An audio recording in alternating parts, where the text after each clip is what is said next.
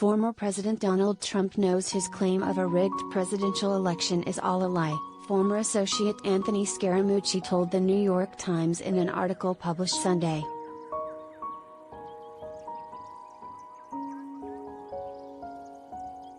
"I do believe that President Trump knows that the whole thing that he is doing is a ruse," Scaraamucci, a longtime Trump ally who very briefly served in the administration before the men parted ways, told The Times.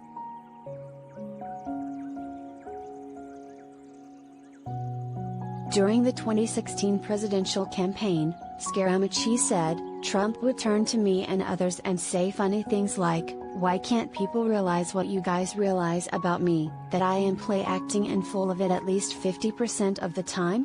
He knows that this is all a lie."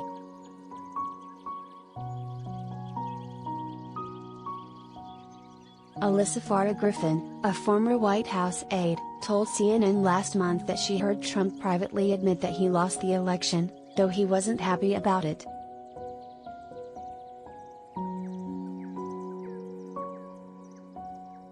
Observations such as Scaraamucci's and Farah Griffin's are becoming increasingly important as Trump faces potential criminal charges for the role he played in the violent insurrection on January 6, 2021.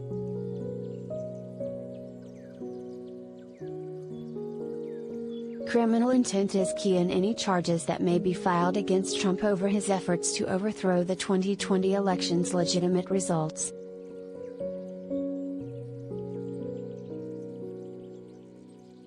Nevertheless, a defense attorney could try to argue that Trump genuinely believed he won the election, and was trying to stop fraud, Barbara McQuaid, former U.S. Attorney for the Eastern District of Michigan, told The New Yorker last month. "Proving mindset is really hard.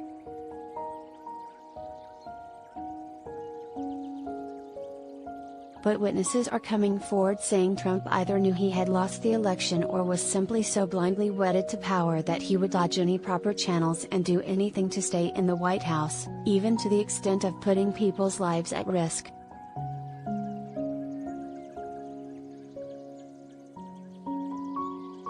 Cassidy Hutchinson, an aide to former White House Chief of Staff Mark Meadows, testified before the House panel last week that Trump had insisted on dropping security screenings at the January 6 rally for his supporters, who were known to be carrying weapons. As Congress met to certify the 2020 election results, Trump urged them to march to the Capitol and fight like hell.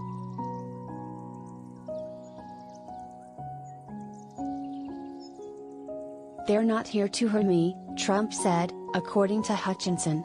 The mob did, however, chant that former Vice President Mike Pence should be hanged, call for lawmakers to be dragged through the streets, and viciously attack police officers.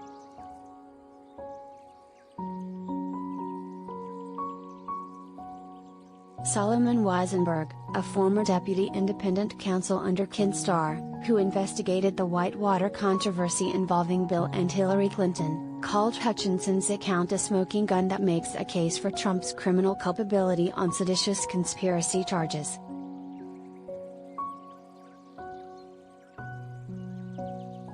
Nearly every official and aide in the White House told Trump that he had lost the election, according to testimony before the January 6 panel. His repeated claims of widespread election fraud were all clearly debunked after thorough investigations.